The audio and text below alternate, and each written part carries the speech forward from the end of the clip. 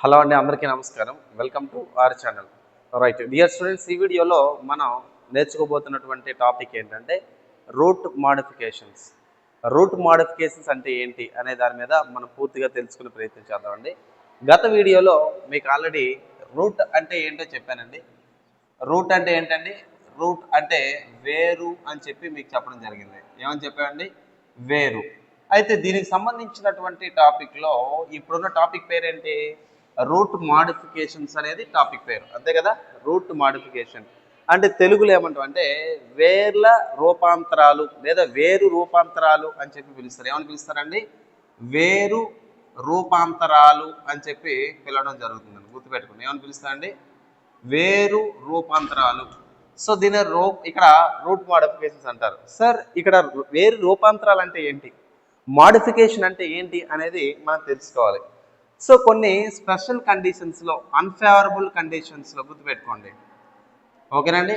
Unfavourable కండిషన్స్లో అంటే కొన్ని ప్రతికూల పరిస్థితులలో గుర్తుపెట్టుకోండి, కొన్ని ప్రతికూల లేదా కొన్ని అవసరమైనటువంటి పరిస్థితులలో, ఓకేనండి, కొన్ని అవసరమైనటువంటి పరిస్థితుల్లో వేర్లు అనేవి తమ యొక్క ఆకారాన్ని, అదేవిధంగా వాటి యొక్క విధులను, ఫంక్షన్స్ని, వాటి యొక్క రూపాలను, వాటి యొక్క స్ట్రక్చర్ని కూడా కొన్ని ప్రత్యేకమైనటువంటి పరిస్థితుల్లో మార్చుకోవాల్సినటువంటి అవసరం ఉంటుందన్నమాట.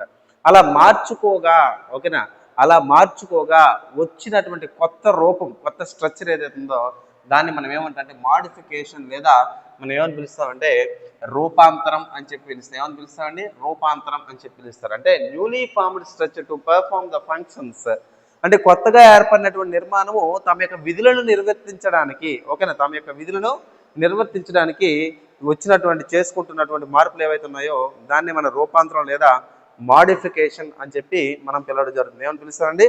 రూపాంతరం లేదా మాడిఫికేషన్ అని చెప్పి పిలవడం జరుగుతుంది.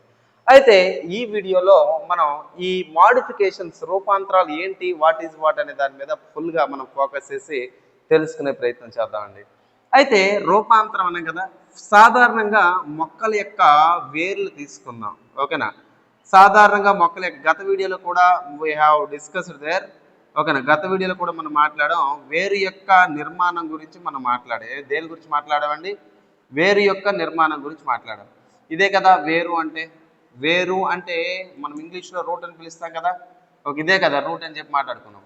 మరి దీని యొక్క రూపాంతరం అంటే దీని యొక్క స్ట్రక్చర్ను మార్చుకుంటాయి. ఎందుకు మార్చుకుంటాయి సార్ అంటే కొన్ని ప్రత్యేకమైనటువంటి పరిస్థితుల్లో స్ట్రక్చర్ను మార్చుకోవడం ద్వారా వాటి యొక్క మనుగడని సాధిస్తాయి. అంటే ఇంకా ముందుకు వెళ్ళదు, అంటే డెవలప్మెంట్ అనేది చూపిస్తూ ఉంటుంది అనమాట. అయితే ఈ వేరు రూపాంతరాలు అన్నాం కదండి, చాలా జాగ్రత్తగా వినాలి. వేరు రూపాంతరాలు అని చెప్పి మీకు చెప్పడం జరిగింది కదా. సో డయాగ్రామ్స్తో పాటుగా మీకు నేర్పించే ప్రయత్నం చేస్తాను, చాలా జాగ్రత్తగా వినండి, మర్చిపోరు ఇప్పటికి కూడా, ఓకేనా?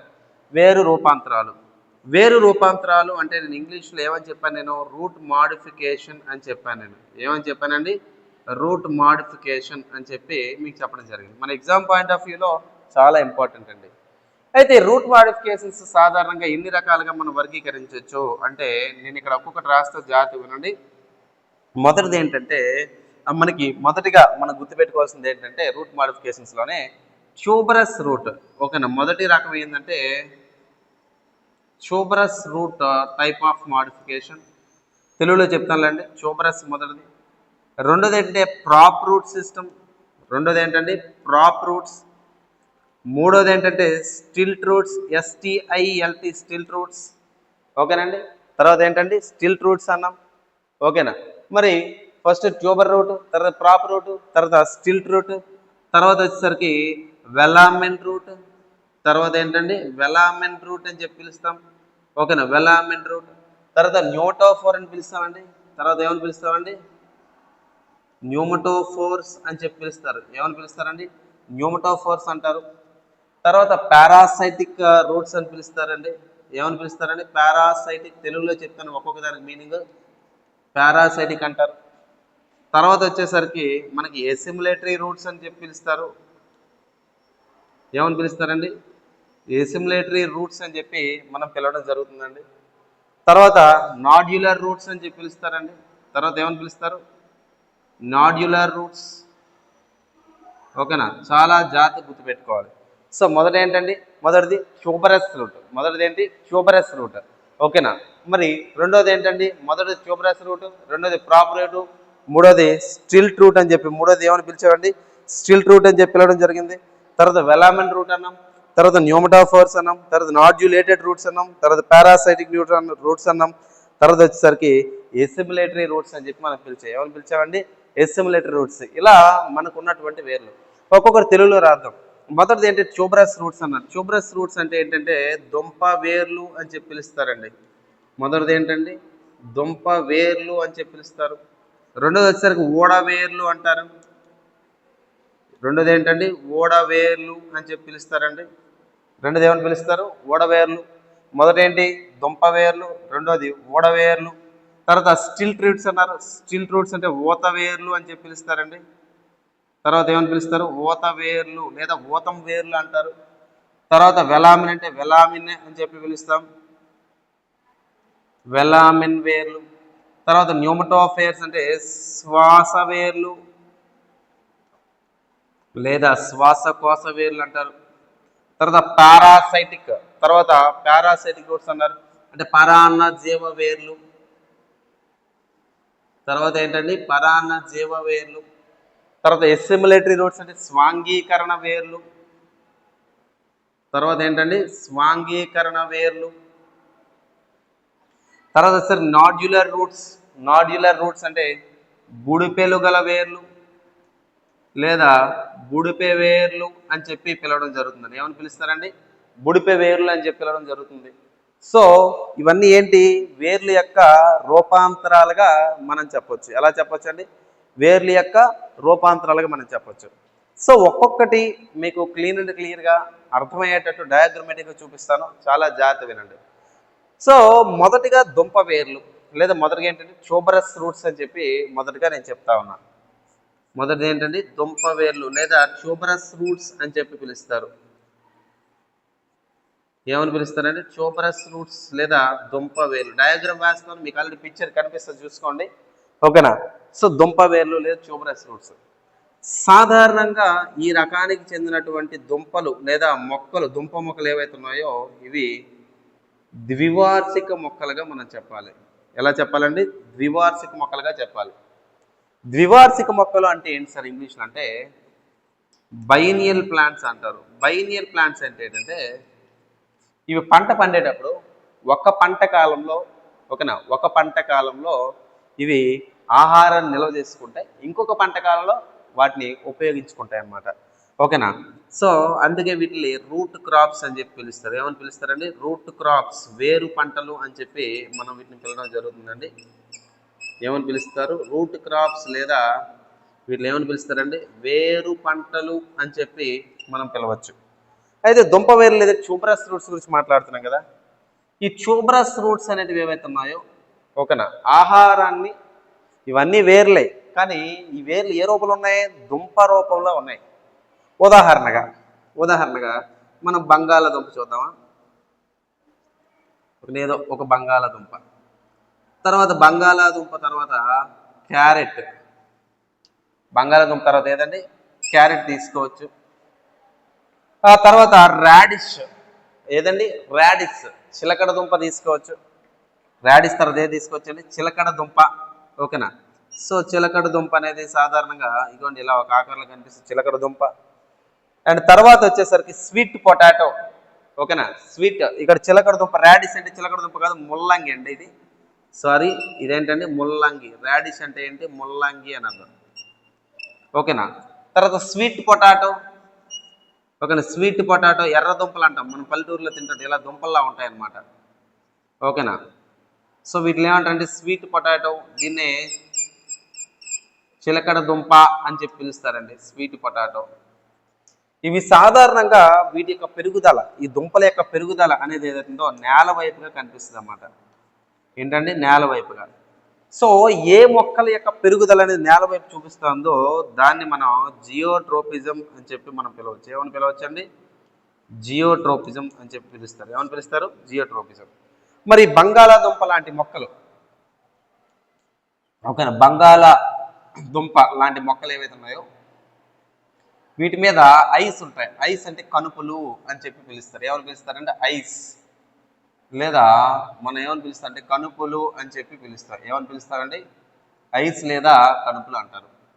ఈ కనుపులు అనేవి ఏవైతే ఉన్నాయో ఈ మొక్క యొక్క శాఖీయ భాగాలుగా మనం చెప్తాం.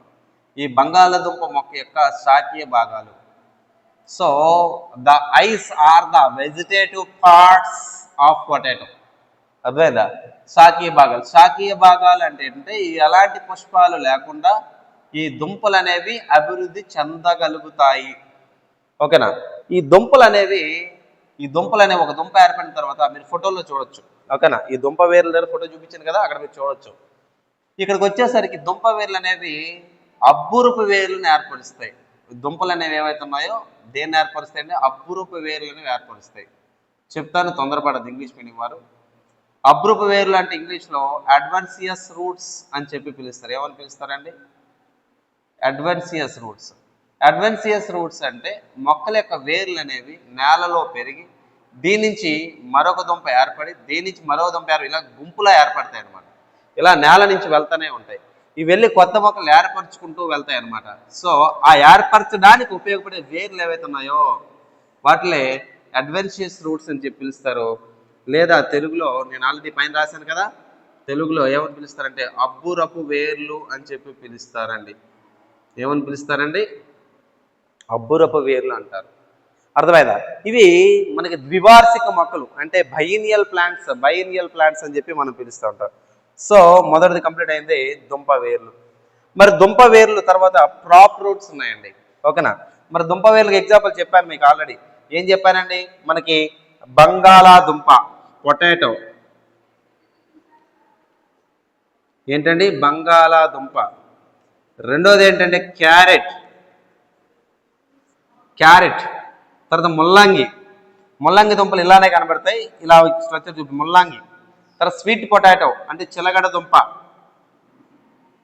ఏంటంటే చిలగడ దుంప, చిలకడ కాదు చిలగడ దుంప ఉదాహరణగా తీసుకోవచ్చు. ఓకేనా? తర్వాత మనకి ఊడవేర్లు లేదా ఏమని పిలుస్తున్నాం? ప్రాప్ రూట్స్ అని చెప్పి పిలుస్తా ఉన్నాం. ఏమని పిలుస్తామంటే ఊడవేర్లు లేదా ప్రాప్ రూట్స్. ఓకేనా?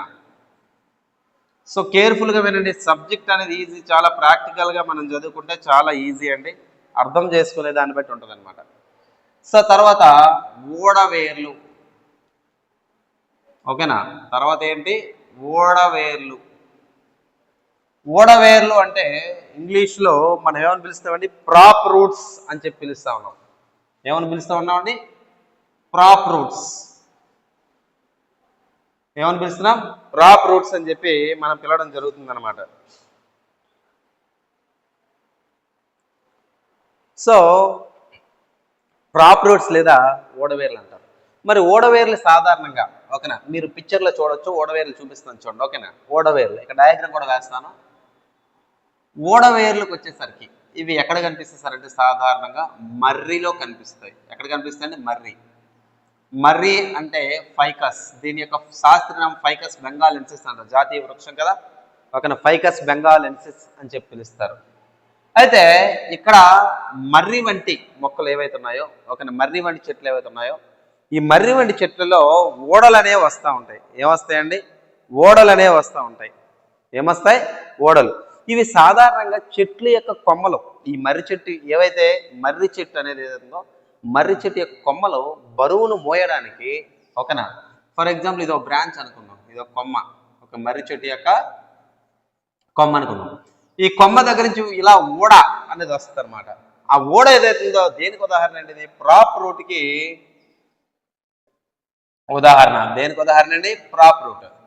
ఈ ఓడ అనేది వచ్చి నేలను తాకి మళ్ళా దీని నుంచి ఇలా వేర్లు అనేవి ఏర్పడతాయి. ఈ వేర్లు అనేవి ఏ వేర్లండి? అబ్బురపు వేర్లు. ఏ వేర్లండి? అబ్బురపు వేర్లు అని చెప్పి మనం చెప్తాం. అబ్బురపు వేర్లు అంటే ఏంటి? అడ్వాన్సియస్ రూట్స్ అని చెప్పి మనం పిలుస్తాం. ఏమని పిలుస్తాయండి? Adventitious roots are seen in the props of banyan tree.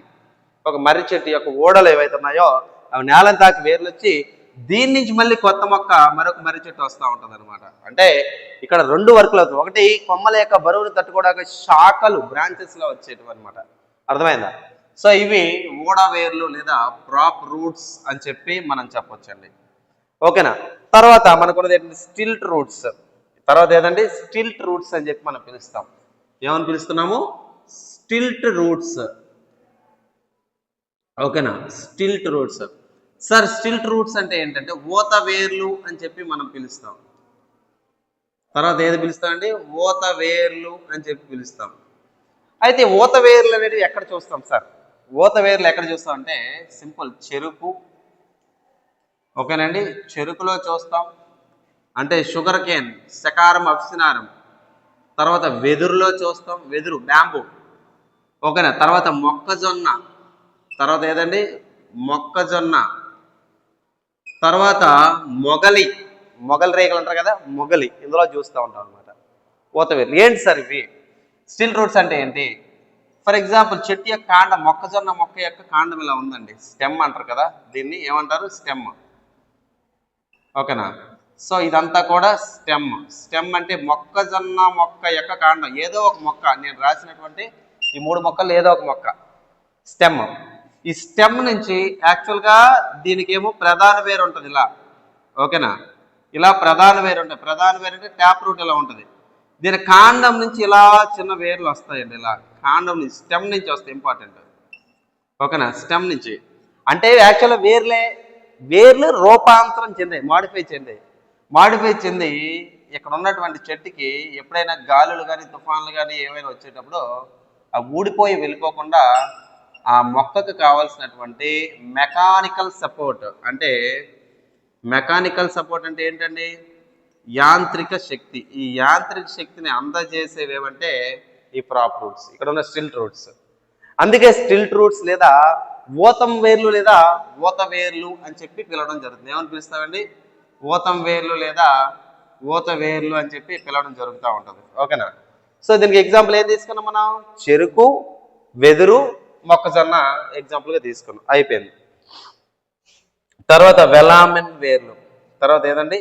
వెలామెన్ వేర్లు. ఓకేనా?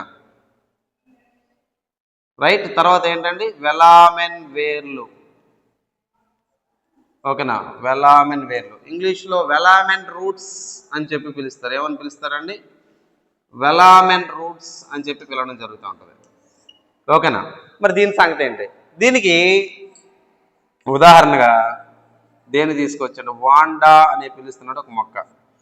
ఏ లేదండి, ఇవి ఎత్తుగా పెరుగుతున్నటువంటి మొక్కలు ఏవైతే ఉన్నాయో, ఓకేనా, ఎత్తుగా పెరిగే చెట్లు ఏవైతే ఉన్నాయో ఆ చెట్లు మీద పెరిగే వేర్లు అనమాట ఇవన్నీ కూడా. ఓకేనా? పిక్చర్లో మీకు కనిపిస్తుంది, వాళ్ళు మీరు గమనించారు కదా. ఓకేనా? అక్కడ పెరిగి ఇవేంటంటే ఆహారాన్ని పొందుతాయి. దేని పొందుతాయండి? ఆహారాన్ని పొందుతాయి. ఎగ్జాంపుల్ ఏ రాసాం మనం? వాండా. ఏ రాసామండి? వాండా. ఓకేనా? వాండా. సో వెలామెన్ అయిపోయింది. తర్వాత న్యూమటోఫోర్స్ అన్న శ్వాసకోశ వేర్లు, శ్వాస వేర్లు అంటారు. తర్వాత ఏమని పిలుస్తారండి? శ్వాస వేర్లు. ఓకేనా? సో ఇక్కడ రాద్దాం చూడండి, శ్వాస వేర్లు. లాస్ట్ క్లాస్లో కూడా మీకు చెప్పాను శ్వాస వేర్లు. ఈ శ్వాస వేర్లు అనేవి ఎక్కడ మనకి ప్రధానంగా కనిపిస్తాయి సార్? ఏ మొక్కల్లో కనిపిస్తాయండి? ఇవి యాక్చువల్ ఇంగ్లీష్లో ఏమంటారు? న్యూమటోఫోర్స్. ఇంగ్లీష్లో ఏమని పిలుస్తారండి? న్యూమటోఫోర్స్. న్యూమటోఫోర్స్. ఇవి ఎక్కడ కనిపిస్తారంటే సాధారణంగా రైజోఫొరా అనే పిలుస్తున్నటువంటి ఒక మొక్కలో, తర్వాత అవిసీనియా అని పిలుస్తున్నటువంటి ఒక మొక్క. 2 మొక్కల్లోని మనకేంటంటే న్యూమటోఫోర్స్ లేదా శ్వాస వేర్లని కనిపిస్తాయి. సార్ ఇక్కడ ఏంటి సార్? ఈ రూట్స్ ఏవైతే మనకి ఇక్కడ ఉన్నటువంటి న్యూమటోఫోర్స్ ఉన్నాయో, వాట్ డస్ ఇట్ మీన్? న్యూమటోఫోర్స్ ఏం చేస్తాయి సార్ అంటే, ఈ ఏవైతే న్యూమటోఫోర్స్ ఉన్నాయో, శ్వాసకోశ వేర్లు కలిగినటువంటి మొక్కలు ఉన్నాయో, ఈ మొక్కలు ఎక్కడ పెరుగుతాయంట? మార్షీ ల్యాండ్స్ లో పెరుగుతాయి. మార్షీ ల్యాండ్స్ అంటే ఏంటి? చిత్తడి నేలలు లేదా మన బురద నేలలు అనొచ్చు.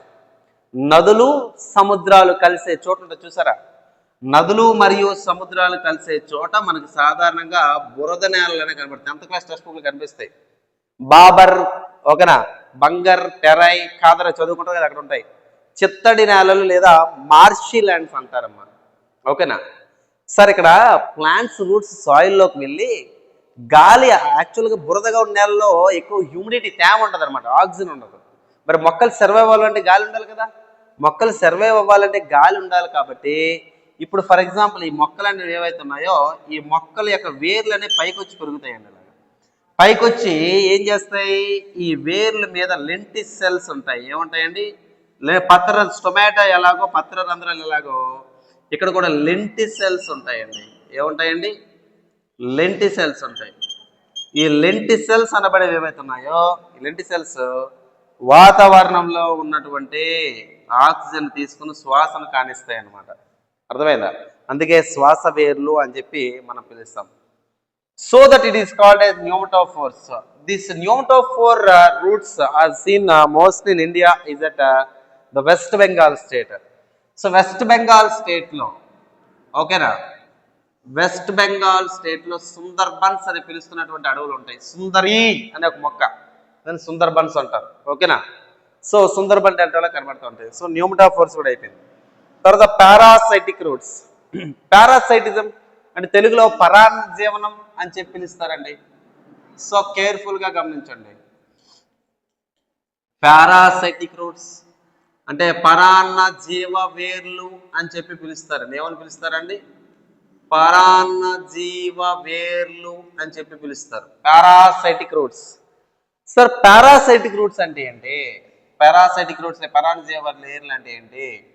ఇప్పుడు పరాన్న జీవనం లేదా పారాసైటిజం అంటే ఒక జీవి ఇంకొక జీవి మీద డిపెండ్ అయ్యడం ద్వారా one of the organism gets loss and another organism gets benefit. Right? What is the point? ఒక జీవి నాశనం అయ్యి ఒక జీవి లాభం పొందుతుంది, దాన్నే పరాన్న జీవనం అంటారు. దానికి ఎగ్జాంపుల్ మన కస్కుటా అనే ఒక మొక్క. కస్కుటా ఇది కన్వల్వులేసే అనే ఫ్యామిలీకి చెందింది. ఓకేనా? కన్వల్వులేసే అనే ఫ్యామిలీకి చెందినది. అయితే ఇక్కడ